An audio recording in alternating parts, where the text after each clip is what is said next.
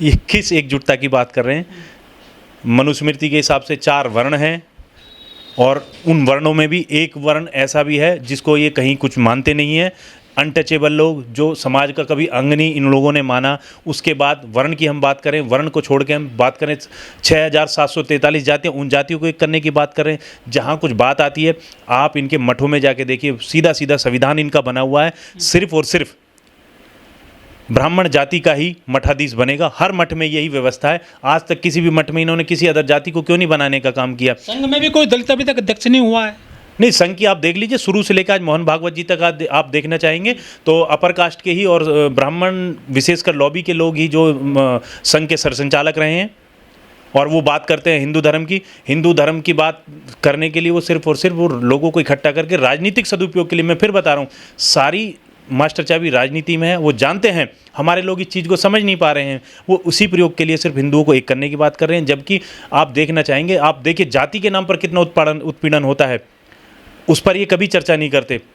जहाँ हिंदू समाज में ही मुस्लिमों से कहीं कुछ बात आ जाएगी तो हिंदू की बात करेंगे, लेकिन जहाँ अदर समाज में कि अपने हिंदू धर्म में ही 2 जातियाँ आपस में लड़ेंगी, वहाँ ये एक करने की बात नहीं करते। वहाँ ये जाति के लोगों के नाम से प्रताड़ित करते हैं, ये इस जाति से है, ये इस जाति से है। और वैसे जब मुस्लिम बात आती है तो हम सब हिंदू हैं।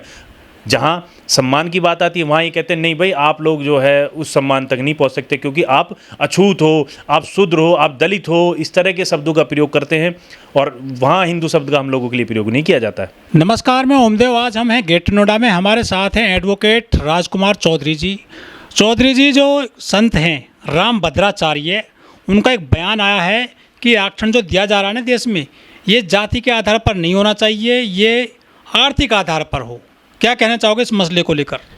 राम भद्राचार्य एक धर्मगुरु हैं और वो धार्मिक बातें करें तो ही अच्छा रहेगा। उन्हें संविधान पर और एक जो बाबा साहब का बनाया हुआ कॉन्स्टिट्यूशन है उस पर बोलने का अधिकार ही नहीं है। वो धर्म की बातें करते अच्छा लगेगा। शायद राम भद्राचार्य को ये पता नहीं है कि जिस मठ में वो बैठे हैं वहाँ सबसे बड़ा रिजर्वेशन वहाँ उनका चालू है। वहाँ उनके यहाँ एक विशेष समाज के लिए जो व्यवस्थाएं हैं, पहले उस पर उंगली उठाएं, पहले वहाँ परिवर्तन करें, उसके बाद हमारे कॉन्स्टिट्यूशन पे या इस रिजर्वेशन पर वो बात करने का काम करें। ये जो ऐसा चोला पहन लेते हैं धार्मिक और गेरुआधारी, इनको साधु संत का दर्जा दिया गया है, ये मानवता के लिए काम करें, ये राजनीति की बात करने लगे हैं आजकल। देखिए, मैं कहने में बिल्कुल गुरेज नहीं करूँगा, ये सारे चोर मौसेरे भाई एक ही थाली के चट्टे बट्टे हैं। ये जितने भी ये इस तरह के लोग हैं ना, ये जो धार्मिक बातें कर रहे हैं, अभी आप देखेंगे एक बाबा भी चलें 16 तारीख को दिल्ली में महापंचायत करने चलें। इन्हें धार्मिक बातों से कोई लेना देना नहीं है। ये राजनीतिक सत्ता में इन्हें पता है, जहाँ राजनीतिक सत्ता में सूखा ये वहीं ये चोट करना चाह रहे हैं और किसी भी एक राजनीतिक दल के लिए ये काम कर रहे हैं। इन्हें कुछ लेना देना नहीं है क्योंकि इन्हें पता है कि मंदिरों में ताकत नहीं है, ताकत राजनीतिक सत्ता में है। इसीलिए ये काम करते हैं और ये किसी राजनीतिक बहकावे में आके राजनीतिक उपयोग के लिए ये कार्य करते हैं। और ये मैं फिर कहना चाह रहा हूँ, ये लोगों को बगलाकर सिर्फ अपने अनुयायी बनाकर एक पार्टी विशेष के लिए जो इनके लिए काम करती है, जो इनकी विचारधारा को बढ़ाने का काम करती है। और ये लोग, मैं फिर बता रहा हूँ, ये मनुवादी विचारधारा के सारे बाबा एक साथ इकट्ठा होकर हमारे सीधे साधे लोगों को बगलाने का काम करते हैं। लेकिन वो कह रहे हैं कि हम धर्म को मजबूत कर रहे हैं, हिंदुओं को मजबूत कर रहे हैं। ये वही लोग हैं जो मनुस्मृति का समर्थन करते हैं, जिनके यहाँ 4 वर्ण बने हैं। ये किस हिंदू की बात करते हैं? 4 वर्ण बने हैं, अपने हिसाब से इन्होंने वर्ण बनाए, अपने हिसाब से इन्होंने अपनी जाति को अपने स्थान पर रखा, किसी जाति को किसी स्थान पर रखा, किसी जाति को किसी स्थान पर रखा और अपने आप को सर्वश्रेष्ठ बनाकर बैठे हुए हैं। ये किसी हिंदुओं को एक करने में नहीं लगे हुए, ये हिंदुओं के नाम पर सिर्फ राजनीति करने में बैठे हुए हैं और हमारे सीधे साधे लोगों को बगलाने का काम करते हैं। एक मुद्दा चल रहा है हिंदू के लिए सनातन बोर्ड बनाने का। सरकार को रोक लगानी चाहिए इन लोगों पर। ये सरकार का काम है, सरकार अपने विवेक से काम करेगी। धार्मिक मठ जो ये मठाधीश है ये काम कर रहे हैं। और फिर मैं बता देता हूँ, इनकी पर्दे के पीछे राजनीतिक लोगों से उठ बैठ होती है और वो जनता के बीच में जाके इन्होंने जो मुद्दा देना होता है उसी के लिए वो काम कर रहे हैं। इनका अपना कोई विवेक नहीं है। मैं कह रहा हूँ बाबाओं का भी कोई विवेक नहीं है। सिर्फ और सिर्फ ये राजनीतिक जो लोग कर रहे हैं, सत्ता में काबिज हैं, वो लोग इन्हें मुद्दे देते हैं, उन्हीं मुद्दों को लेकर जनता के बीच में सीधी सादी जनता उन्हें बगलाने का काम करते हैं। योगी जी ने खुले मन से कहा था कि हम हरिजनों के मोहल्ले में गए, मिठाई बांटी। हरिजन वर्दी गैर कानूनी है, गैर संवैधानिक है। 1982 में इस पर बैन लगाया गया था। इसके अलावा कोर्ट भी इसको जो है इसका विरोध जता चुकी हैं कि इसका शब्द का प्रयोग ना करें। उसके बावजूद संवैधानिक पद पर हैं योगी जी, वो खुले मन से इस शब्द का प्रयोग कर देते हैं। हरिजन शब्द के लिए आपत्ति परम पूज्य बोधिसत्व बाबा साहब ने उससे पहले ये उठा दी थी कि हरिजन कोई शब्द नहीं है, ये आप सिर्फ और सिर्फ हम लोगों को लिए लुभाने के लिए जो शब्द का प्रयोग करते हैं। उसी गांधी विचारधारा के लिए तो कांग्रेस जिंदी थी, आज गांधी विचारधारा भारतीय जनता पार्टी इस्तेमाल करती है। और ये हरिजन कह के सिर्फ और सिर्फ वो बगलाने के लिए कि आप हरि के जन हैं। हरि के जन, आप भी तो हरि के जन बताते हैं अपने आप को। आप भी कहते हैं हम ब्रह्मा के अवतार, ब्रह्मा के कहीं से पैदा हुए, ब्रह्मा के कहीं से पैदा हुए, कोई कहीं से पैदा हुआ। तो हरिजन तो सारा ये सभी लोग हैं हरिजन के जन। आप विशेष एक जाति को क्यों हरिजन का जना बताते हैं? आपके संविधान, जो आपका धर्म का संविधान है, मनुस्मृति, उसके हिसाब से तो आप बताते हैं कि ब्राह्मण मुख से पैदा हुआ है, क्षत्रिय भुजाओं से पैदा हुआ है, वैश्य पेट से पैदा हुआ है और शूद्र पैरों से पैदा हुआ। तो हरिजन तो सबके जने हुए हैं। तो इसमें अब नया शब्द एक जाति विशेष के लिए क्यों हरिजन कहते हैं? क्यों आप एक जाति विशेष के लिए ये शब्द का बात करते हो? क्यों कह रहे हैं कि हम हरिजनों में जाकर काम कर रहे हैं? क्योंकि आप लोग सिर्फ उनकी वोट लेना चाह रहे हैं, उन्हें वो सम्मान देने का काम आप करते ही नहीं है। लेकिन ये तो सर्वजन की बात करते हैं, हरिजन की बात करते हैं, फिर दूसरी तरफ कहते हैं कि एक हो जाओ, बटोगे तो कटोगे। आखिर खतरा किससे है हिंदुओं को? हिंदुओं को किसी से खतरा नहीं है। हिंदू आपस में ही खतरा बन के पैदा हुए हैं। ये जो कुछ लोग हैं जिनके अंदर मनुवाद की जो धारणा है, जो जाति अपने आप को श्रेष्ठ समझते हैं, वही इसके लिए खतरा है। मैं ये कह रहा हूँ, मुस्लिम समाज ने आखिर इतना कोई किसी धर्म के लिए कभी इस तरह की बयानबाजी नहीं करी। आप भी देखेंगे जितने भी उत्माद हुए मुस्लिम मोहल्ले में से जाने और वहाँ के धर्मों पे इस तरह की बयानबाजी करना। मैं ये नहीं कह रहा कि मुस्लिम समाज में भी नहीं होंगे, कुछ असामाजिकता तो हर धर्म में होते हैं उसी तरह। लेकिन हमारे, आप कभी भी आप उठा के देख लेना, कोई भी दंगा होगा, हमारे जो एससी समाज के भाई हैं, ओबीसी समाज के लोग तो बगला जाते हैं। कभी भी किसी धर्म पर कोई एलिगेशन, इस तरह की बयानबाजी नहीं करते हैं और वो शांतिपूर्ण तरीके से अपना सारे त्यौहार मनाते हैं। लेकिन कुछ असामाजिक तत्व इस तरह के माहौल में घुसकर मुस्लिम समाज को बगलाने का काम करते हैं, उनके धर्मों पर बोलने का काम करते हैं, जिससे सौंदर्य बिगड़ने का काम करता है। ये देश सभी धर्मों का है, सभी फूल इस देश में है, सभी धर्मों को इस तरह का एक साथ मिलकर रहना चाहिए। ये देश इसी के लिए बना है। बाबा साहब ने कहा ये देश सभी धर्मों का देश है, किसी भी धर्म से किसी को कोई खतरा नहीं है। खतरा सिर्फ और सिर्फ कुर्सी का खतरा है कि मुस्लिमों पर इस तरह की बयानबाजी करो, मुस्लिमों पर इस तरह का एलिगेशन लगाओ जिससे ये हिंदू एक हो जाए। और हिंदू, पहली बात तो कोई ऐसा शब्द ही नहीं है जो इन्होंने बना रखा है, सिर्फ और सिर्फ राजनीति करने के लिए हिंदू धर्म का प्रयोग किया जा रहा है। और मोदी जी अभी कुछ दिन पहले तो खुद ही बोल रहे थे कि मेरे दलित भाइयों को मत मारो, मुझे मारो। आज कितने जो हैं इस तरह के मुकदमे हो रहे हैं, किस तरह के लोग लिखे जा रहे हैं। अभी हमारे उत्तर प्रदेश में माननीय बहन जी ने ट्वीट किया है, उत्तर प्रदेश के गौतम बुद्ध नगर जिले में इस तरह की अप्रिय घटना हुई है कि जाति के नाम से एक लड़की को गोली मार दी गई है। कहाँ है मोदी जी और कहाँ है भारतीय जनता पार्टी के लोग जो इस पर आवाज़ उठाने के लिए कहाँ गए हैं? आज तक अभी तक किसी ने भी ट्वीट नहीं किया। माननीय मुख्यमंत्री जी को तो पता ही नहीं है कि उनके जो है इसमें प्रदेश में इस तरह की घटनाएं हो रही हैं। मुख्यमंत्री योगी आदित्यनाथ चुनाव प्रचार में लगे हुए हैं, अदर प्रदेशों में अपनी सरकार बनाने के लिए भागदौड़ कर रहे हैं, अपना प्रदेश उनसे संभल नहीं रहा है। रोज कोई ना कोई घटनाएं प्रदेश में हो रही है और जातीय नाम पर हिंसा तो आए दिन पर इस प्रदेश में होती रहती है। वर्तमान समय में तो धर्म की अफीम जो सरकार बेच रही है वो बिक रही है। आप मुझे बताइए, यूपीएससी के जो स्टूडेंट थे, जो छात्र थे, उन पर लाठियाँ भांजी गई, क्या वो मुस्लिम देख के भांजी गई? सारी सरकारी स्कूलें बंद किए जा रहे हैं, क्या वहाँ मुस्लिम धर्म के बच्चे पढ़ते थे?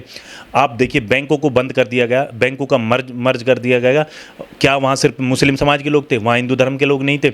और कितनी नौकरियाँ थी, क्या वहाँ मुस्लिम समाज को देख के बंद की जा रही है? नहीं, ये सरकार की पॉलिसी है, क्योंकि रिजर्वेशन गवर्नमेंट जॉब में ही होता है, रिजर्वेशन सरकारी संस्थानों में ही होता है। इन सरकारी संस्थाओं को कमज़ोर करना ही भारतीय जनता पार्टी का काम है, मोदी जी का काम है, क्योंकि वो पता है कि सीधा सीधा हमला करेंगे तो रिजर्वेशन पर हमला होगा, तो जो लोग रिजर्वेशन के समर्थक है वो इस पर उंगली उठाएंगे। तो मोदी जी दूसरी तरीके से जो है इस रिजर्वेशन को कमज़ोर करने का कर रहे हैं, नौकरी ख़त्म करने का काम कर रहे हैं। बिल्कुल, जो हमारे साथी देखेंगे ये, अब आप बताइए, स्कूल ख़त्म हो जाएंगे, जो अभी किया है वो जरूर दोबारा लाएंगे। तो बहन जी ने ट्वीट किया कि वो स्कूल जो है रोल बैक कर गए। अगर शिक्षा का क्षेत्र कम होगा, कितनी नौकरियां चली जाएंगी? आज बैंक मर्ज कर दिए, कितने बैंक खत्म हो गए, कितनी नौकरियां चली गई हैं? यूपीएससी के छात्रों पर जो है आर्मी को कमजोर करने का काम किया गया है। कितनी संस्थानों को भारतीय जनता पार्टी ने खत्म करने का काम किया है, कितना नुकसान पहुंचेगा? और मैं फिर बता रहा हूँ, यहाँ किसी एक धर्म पर नहीं है, ये सर्व धर्मों पर जो उंगली उठाई जा रही है, ये हिंदू धर्म देखकर ही हमला नहीं हो रहा है, ये सिर्फ और सिर्फ ये जो बड़ी कास्ट है, ओबीसी समाज, पिछड़ा समाज जो काफ़ी संख्या में आबादी में है, इस देश की 65% ओबीसी है, जो इस बात को नहीं समझ रही है। एससीओ को भी खतरा नहीं है। मैं बताना चाहता हूँ, बाबा साहब के संविधान से 117 सांसद पहुंचेंगे ही पहुंचेंगे, कोई ताकत ही नहीं रोकने वाली।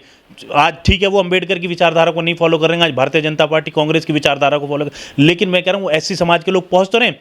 आज पिछड़ा समाज जो रिजर्वेशन के बारे में जान ही नहीं रहा है, वो पता ही नहीं कर रहा कि आपकी नौकरियां खाई जा रही हैं, वो उस बहकावे में, हिंदू धर्म के बहकावे में बहक रहा है। एक दिन उन्हें इस चीज़ का नुकसान पहुंचना पड़ेगा। आपकी नौकरियां चली गई हैं, आपकी शिक्षा जाएगी और आप उसी दौर में चले जाएंगे जहां आप मानसिकता के गुलाम थे और गुलाम ही फिर दोबारा हो जाएंगे आप।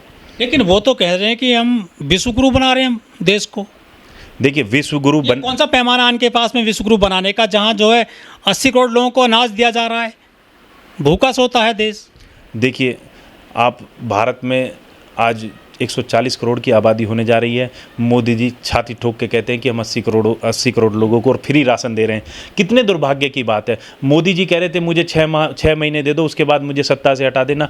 आज भारत भुखमरी में कितने स्थान पर चला गया। मैंने शायद एक रिपोर्ट देखी थी, तो भारत पाकिस्तान से भी पीछे जा रहा है कि हम भुखमरी में इतने स्थान पर चले गए। ये कितने सोचने की बात है। विश्वगुरु बनने की बात है। विश्वगुरु मैं कह रहा हूँ, चाइना अगर हमसे, सच्चाई ये चाइना पे कितनी उंगली उठा, चाइना हमसे व्यापार बंद कर दे, जापान हमसे व्यापार बंद कर दे, भारत अपना मोबाइल भी नहीं बना पाएगा। इतनी महंगाई इस देश में हो जाएगी कि हम लोग, ये जो आज आम लोगों की पकड़ में मोबाइल हो रहा है, ये लोगों की पकड़ से दूर हो जाएगा। बिना चाइना, बिना जापान वो कंट्री है जहां मैं कह रहा हूँ साल में 4 भूकंप आते हैं, जिन्होंने मर के दोबारा खड़ा, क्योंकि वो बौद्धिस्ट कंट्री है और वो लोग भारत की सरकार को कर्जा दे के जा रहे हैं। बुलेट ट्रेन के नाम पे भारत ने जापान से कर्जा लिया, उस जापान से जो हमसे काफ़ी पहले, हमसे लंबे समय गुलाम रहा है। आर्थिक स्थिति उनकी इतनी बुरी रही थी और इतने उन्होंने भूकंप के झटके उस समय भी झेले और आज भी झेल रहे हैं, और वो भारत विश्वगुरु जैसे देश को आज कर्जा दे के जा रहे हैं। भारत का कर्जा लगातार बढ़ता जा रहा है। भारत की स्थिति जो कांग्रेस ने, जो उन्होंने आधा डुबो दिया था, भारतीय जनता पार्टी से पूरा डुबोने का काम कर रही है। विश्वगुरु सिर्फ और सिर्फ मोदी जी की नज़रों में हो सकता है, मोदी जी के कुछ चुनिंदा मंत्रियों की नज़रों में भारत विश्वगुरु बनने की कगार पर। लेकिन मैं ये कह रहा हूँ, विश्वगुरु भारत इस तरह नहीं बन सकता जहाँ इतनी छोटी सोच के लोग हैं कि जाति के नाम पर लोग एक दूसरे को मारने का काम कर रहे हैं और जाति के नाम पर एक दूसरे को प्रताड़ित करने का काम कर रहे हैं। क्या भारत इस तरह विश्वगुरु बनेगा? आज आज़ाद हुए हमें 75 साल से लगभग हो गए, लेकिन मानसिकता की सोच हमारी आज भी उसी समय की है जो पहले से चली आ रही है कि वो श्रेष्ठ है, वो उससे नीचे है, वो उससे नीचे है और ये सबसे नीचे है और ये समाज का अभिन्न अंग है ही नहीं। क्या इसी तरह देश विश्वगुरु बनेगा हमारा? ये सोच कोई नई सोच नहीं है। अभी एक सुप्रीम कोर्ट ने, आपने देखा होगा, एक हल्फनामा दाखिल हुआ कि जेल में भी जाति देखकर काम कराए जा रहे हैं। कितनी छोटी और मानसिकता की सोच है कि जेलर भी इस तरह की मानसिकता की बात करता है। और मैं कह रहा हूँ ये कोई नई बात नहीं है। आप उत्तर प्रदेश के एक अलीगढ़ जिले में भारतीय जनता पार्टी के प्रत्याशी हैं दलेल जी, जो वाल्मीकि समाज से आते हैं, वो मंच पे नीचे बैठाए जा रहे हैं, जमीन पे बैठते हैं। वो कहीं वोट मांगने जाते हैं, किसी भी अपर कास्ट के घर अगर जो जाएंगे तो आप देख लेना उनके कुर्ते में गिलास रहेगा अपना, वो अपने गिलास में पानी पी रहे हैं। तो आप सोचिए कि किस मानसिकता से ये देश चल रहा है। और ऐसा नहीं, ये पहली बार नहीं हुआ है, ये सदियों से चला रहा है। ये तो बाबा साहब ने इसे बदलने का काम करा, और जो लोग, बाबा साहब ने कहा ना, शिक्षित लोग भी इस पर काम करना नहीं चाह रहे हैं। और बताइए, एक सांसद जो प्रत्याशी हैं वो इस तरह की बात कर रहे हैं, उनके पिताजी भी यही काम करते थे और वो भी यही काम कर रहे हैं।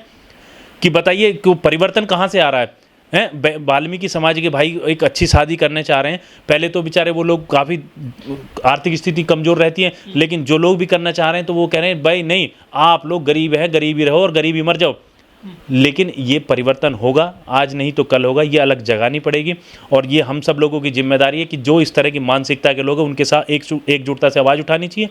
और मैं धन्यवाद देना चाहता हूँ, ये न्यूज़ चैनल, बड़े न्यूज़ चैनलों को ये आवाज़ उठानी चाहिए कि एक बैंकेट हॉल वाले की इतनी हिम्मत होगी, उनका लाइसेंस निरस्त होना चाहिए, जो जाति के नाम पर किसी बहन बेटी की शादी नहीं, वो अपने यहाँ करने नहीं दे। ये बात उन लोगों को कहनी चाहिए, उन लोगों को भी सोचनी चाहिए जो भारतीय जनता पार्टी को वोट दे रहे हैं और इस नारे का बड़ा समर्थक है, बटोगे तो कटोगे। और मैं ये कहना चाह रहा हूँ, मुझे कुरेज नहीं है कि हमारे वाल्मीकि भाई बड़ी संख्या में, वाल्मीकि नहीं और भी जो एससी की कास्ट हैं, जाटव को छोड़ दे, जो इसका समर्थन करते हैं उन लोगों के साथ अभी आपने देखा होगा अयोध्या के राम मंदिर में एक बेटी वाल्मीकि समाज की काम करने वाली उसके साथ बलात्कार हो गया। न्यूज़ चैनलों ने खबर चलाई, बड़ी छोटी छोटी खबरें चला के उसे दबा दिया गया। किसने आवाज़ उठाई? कितने हिंदू धर्म के संगठन हैं जो इस पे किसी ने आवाज़ उठाने का काम करा हो? कहाँ गया बटोगे तो कटोगे का वाला नारा? बटोगे कटोगे अपर कास्ट के लिए नारा है, आपकी वोट के लिए नारा है। आप मरो पिटो कुछ भी करो, कोई दिक्कत ही नहीं है। आप देखेंगे अभी एक अधिकारी ने वो आदेश पारित करा था कि हमारे यहाँ एससी समाज के लोग कोई बारात निकालेगा तो पहले 1 महीने पहले हमसे परमिशन लेनी पड़ेगी। ये बताइए, अब मतलब हम बारात निकालने करने के लिए भी पहले हमें पुलिस विभाग से परमिशन लेनी पड़ेगी कि हम अपनी बहन बेटी की शादी कर रहे हैं। किस हिंदू धर्म की बात कर रहे हैं? कहाँ है वो बाबा जो इस तरह की सनातन धर्म संस्कृति के लिए बोर्ड बनाने की बात कर रहे हैं? क्यों नहीं आगे आते इन पे? किस तरह, कौन सी सोच लेके पैदा है? कौन इन पे मुकदमे लिखेगा? कौन इस मानसिकता को बदलेगा? फिर मैं बताता हूँ, रिजर्वेशन पर बोल देते हैं बहुत आसानी से। रिजर्वेशन एससी समाज को आर्थिक आधार पर कभी इस भारत में मिला ही नहीं है। एससी समाज को रिजर्वेशन दिया सामाजिक परिवर्तन के लिए, सामाजिक व्यवस्था बदलने के लिए। आज भी हमारी सोच में एससी समाज के लिए वो व्यवस्था तो घुसी पड़ी है, वो सोच तो घुसी पड़ी है, उसे तो हम बदल नहीं रहे और बात कर रहे रिजर्वेशन को हटाने की बात।